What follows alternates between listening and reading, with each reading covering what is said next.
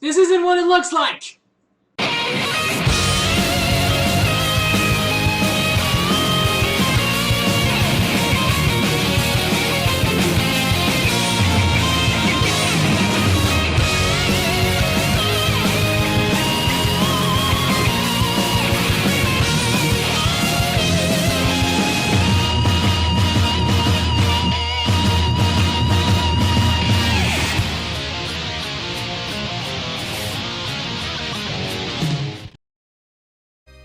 In a perfect world, every great game would sell well, and every bad game would be left to rot in the bargain bins of department stores everywhere. Unfortunately, this isn't the case, because for every million-selling AAA title and every well-marketed abomination, there's always that one great game that gets left in the dust, like that misunderstood genius in the corner of the classroom. Gamers seem to flock towards the recognizable names while ignoring fresh faces that have tons of potential. So today I'm counting down 10 games that deserve more attention.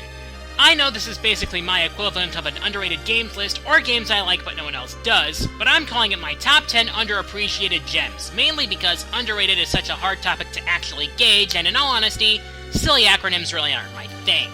Anyway, the standard rules apply, and if there's a game that I don't mention on this list that you think deserves more attention, feel free to recommend it to me, because I'm always up for expanding my horizons. And with all that said, it's game time!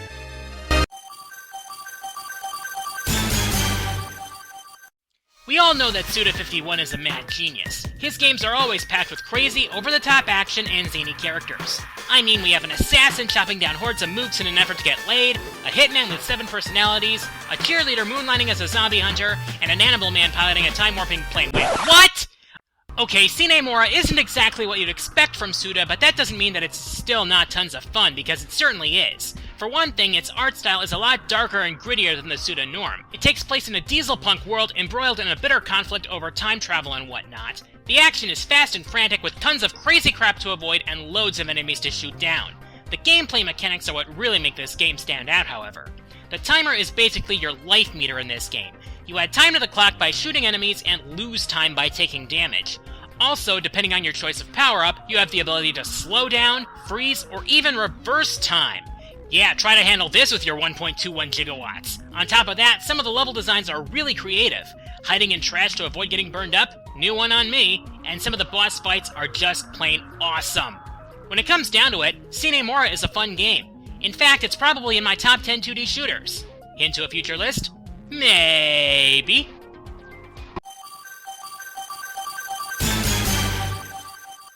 We all know that Hideo Kojima is a mad genius. Most people know him as the mastermind behind the acclaimed Metal Gear series, but most of his other work seem to go unnoticed. In particular, the Boktai series.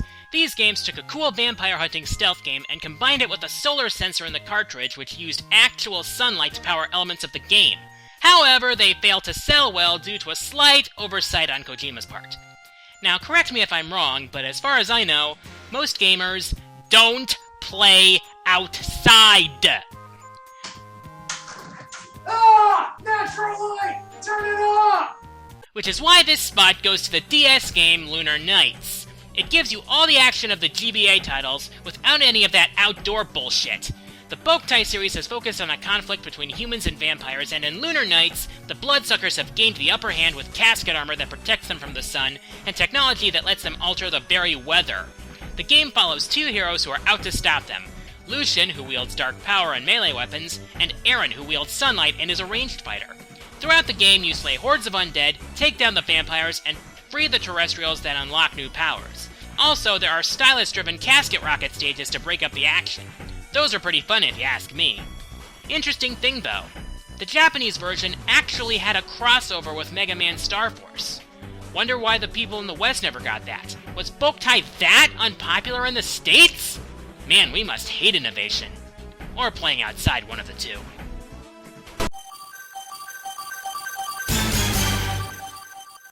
Next up is an anime game. No! We're looking for something a little more manly. お前はもう死んでいる。 That's more like it. I've taken quite a liking to Fist of the North Star of late. However, its representation in America has been extremely lacking. That is, until we got Fist of the North Star, Ken's Rage. This game was not only a lot of fun, but it was a great representation of the manga and anime on which it was based. This game offers plenty of playable characters with their major fighting styles intact, as well as various ways to develop their skills throughout the two major modes. In the Legend mode, you replay the story of the anime, punching your way through hordes of random mooks to reach epic battles from the franchise, from the first tussle with Zed to the final showdown with Rao. In Dream mode, you conquer areas of each map by flying through even more hordes of random mooks to strengthen your own forces in a what-if scenario. Sounds like a Dynasty Warriors game, doesn't it? Well, even though the American title doesn't indicate it, it actually is. Of course, being an offshoot of the Dynasty Warriors game, some people would say that it's a button masher. I'm not one of those people. Good. Keep it that way. Yes, sir. Okay, that was awkward. Now, where was I? Oh yeah! All of the signature moves of the series characters are in the game, including the iconic...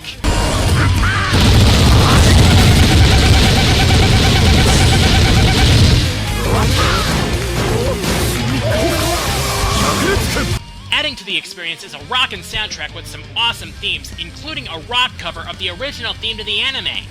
Word of advice, though, stick to the Japanese voice acting. Bottom line, Fist of the North Star Ken's Rage is a satisfying game that actually does justice to the manliest anime ever, in spite of what the critics say about it. Take lessons, Naruto!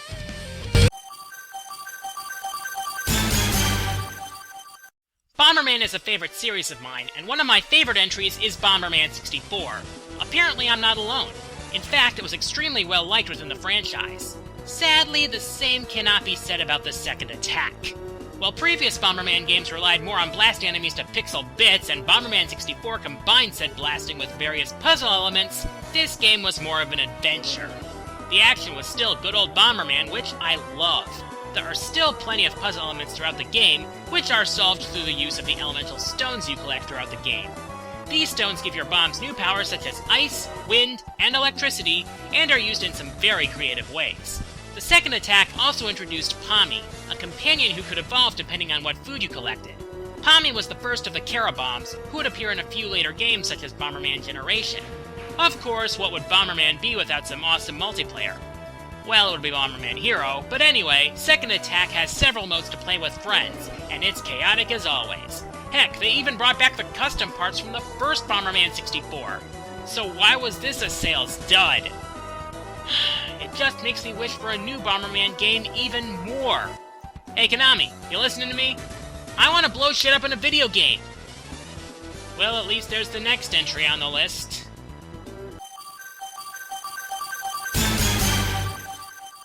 Note, I couldn't find music from this particular game, so you're just gonna have to settle for Battle for Stormhill instead. Now here's a game that's been absolutely bashed by the critics. Tank Tank Tank is a Wii U launch title that was ported from an arcade game, and it satisfies the itch to just go to town on giant monsters like no tomorrow. The basic idea is pretty much as basic gets. Giant monsters are attacking the city, go stop them. So what do you have to combat the encroaching kaiju? Just a little green tank and some of the most ridiculously overblown weaponry available, not to mention enough explosions to give Michael Bay a run for his money. You got lasers, missiles, Gatling guns, you name it. It is a blast to play with friends, whether teaming up to take the monsters down or blasting the ever-living crap out of each other. There's even a mode where the player with the gamepad takes control of a giant mechanical Kong. Don't have friends to play with? Well, there's a campaign mode where you earn a crapload of tanks with even more ridiculous weapons. There's even a tank that shoots explosive apples. I'm gonna smash these monsters with apples! So why do people turn away from this game? My guess, the initial price tag. Not full retail, but enough to scare some people away. Well, it's free to play on the eShop now, so it's worth checking out. Though I do wish there was online play. Hey Namco, you missed a huge opportunity here. Maybe that's why sales tanked.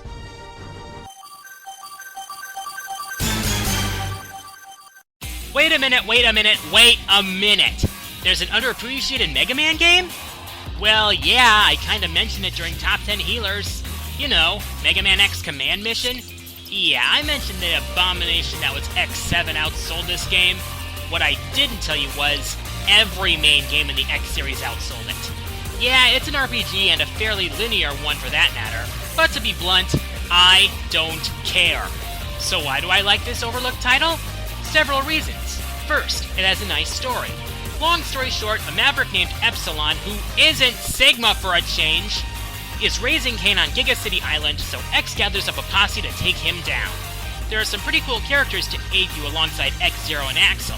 You've got the gambler Spider, the heavy hitter Massimo, the thief Marino, and Cinnamon, who, as I've said before, is absolutely adorable. Each of these characters has an action trigger to use in battle, as well as a hyper mode to temporarily buff their abilities. The gameplay is solid as well. The battle system is simple and easy to pick up, and you can actually see the turn order. There's also a special type of equipment in this game called Force Metal, which boosts your abilities as long as you don't go overboard. On top of that, there's a ton of collectibles and other stuff to unlock, and some excellent boss battles, as well as some slamming techno tracks. And the voice acting will make you forget X7 entirely. Need proof? They made Axel sound not annoying. If you keep misbehaving, you won't get your snap! I'm curious, don't worry. Zero wouldn't go down with that fight. To sum this up, Mega Man X Command Mission is a fun RPG that manages to do justice to the franchise. It's a real shame that this game didn't sell better just because it was different.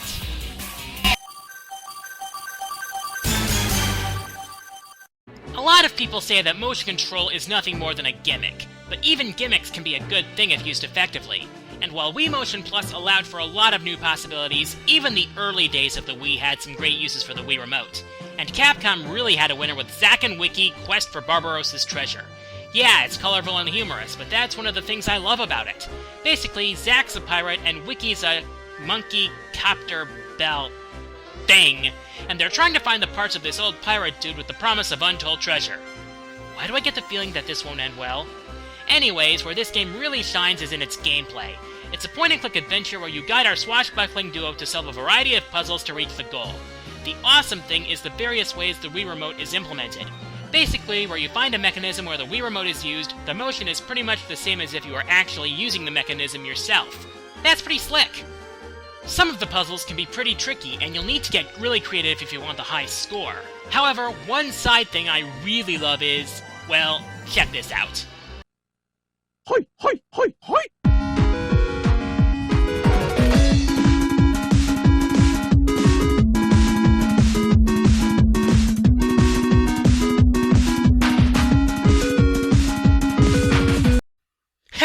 I love it. Also, the game has a great soundtrack that oozes adventure with every track. It's also got plenty of secrets to keep you coming back for more. To put it simply, Zack and Wiki is a game that's bursting with charm that'll leave you scratching your head and loving every minute of it. Unless you don't like exercising your gray matter every once in a while.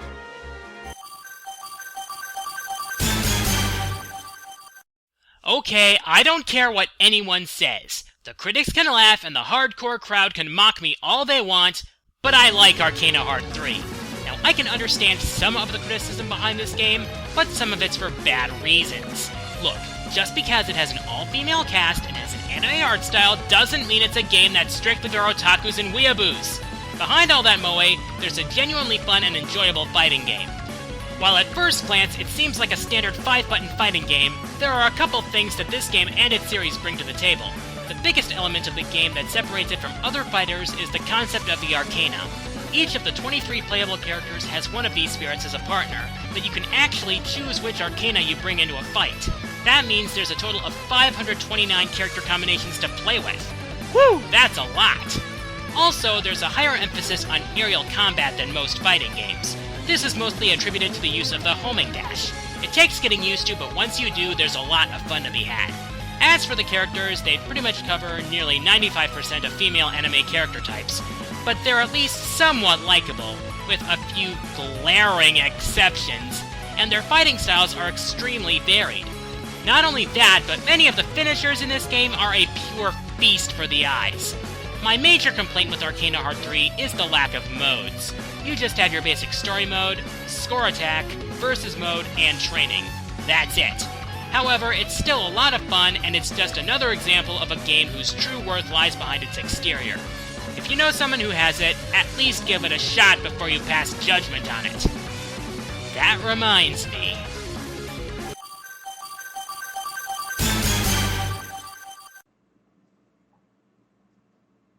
Castlevania Judgement. Okay, why do people hate this game? Is it because it's a fighting game in a franchise based on awesome platformers and decent to crappy 3D action games? Well, is it so bad to try something different? I, for one, appreciate when a franchise tries to break away from the norm. Is it because of the anime-like character designs? Well, the character design was handled by the mangaka of Death Note. Of course they're gonna look like anime characters. Is it all the alleged glitches? Because I sure as hell don't remember any. Sorry, just got a little worked up there. Anyway, Castlevania Judgement is a fighting game which brings characters from across the franchise to beat the ever-living, or non-living, crap out of one another. The free-roaming combat feels a lot like Power Stone, complete with objects that you can throw at your opponent. On top of that, the sub-weapons make an appearance, and the combos are easy to perform and understand, making it a good game for beginners and experts alike. Also, the hyper attacks in this game can be just breathtaking. I mean, look at this! There's also a wide variety of modes to play through.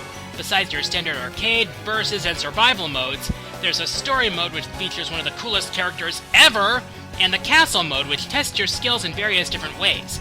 You can even earn accessories to pimp out your character. Try and get the Time Reaper masks, I dare you! The online play is fun as well if you can get a good match, which isn't a problem for me since I have Maverick and Z on my friend list. Bottom line, Castlevania Judgement is a good game, and it boggles my mind that it gets so much hate. My only major gripe is how they portrayed a few of the characters.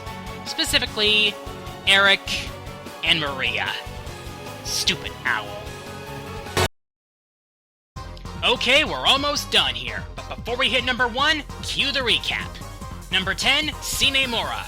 Number 9, Lunar Nights. Number 8, Fist of the North Star, Ken's Rage. Number 7, Bomberman 64, The Second Attack.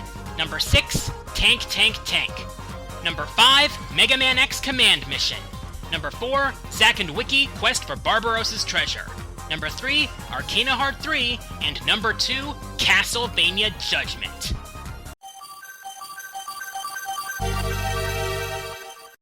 Usually, when a great game is critically acclaimed and has great marketing, it usually sells well. But sometimes even that's not enough.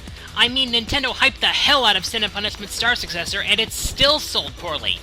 Why? This game is amazing! It has everything an action fan could want, and hardly anyone bought it! Seriously, guys, how many of you only know about this game because of CJ? Whatever. The point is, there is a lot to love about this game. Basically, what the story boils down to is, boy is sent to kill girl, boy and girl form unlikely friendship, and now boy and girl are on the run from a military organization. But who cares about the plot in a game like this? I mean, look at all this crazy crap! I mean, there's enemies everywhere, and there's bullets and missiles all over the place. You're gonna be shooting, flying, slashing, dodging, and deflecting until the cows come home. To survive in this game, you've got to be aware of where your character is in order to avoid all of these obstacles. In other words, multitasking is a must to get to the end, but it's just so satisfying to shoot down hordes upon hordes of enemies and just watch that score shoot up. And then post it to the leaderboard where you'll find tons of people even higher than you. Oh, and get used to seeing that game over screen a lot, because you will die in this game, and you will die often. That's how challenging this game is. You'll be scrambling to dodge enemy fire and reaching for every health power-up you can get. The level design of the 7 stages can get very creative at times as well, and it just adds to the fun. On top of that, this game has some of the most ridiculously crazy boss battles I have ever seen. I mean, look at this. Look at this! I'm sorry, but my what the fuck meter just broke. I'm serious when I say that the fact that more people haven't bought this game is just a conundrum. I mean, with its awesome presentation, white-knuckle, thrill-a-minute action, and insane boss battles, Sin and Punishment Star Successor has definitely earned its place at number 1. Seriously, if you have a Wii, play this game. You will not regret it. I'm the quarter guy, and if you're wondering why I didn't put any cult classics on this list, well, I can't do that list until I've played Earthbound.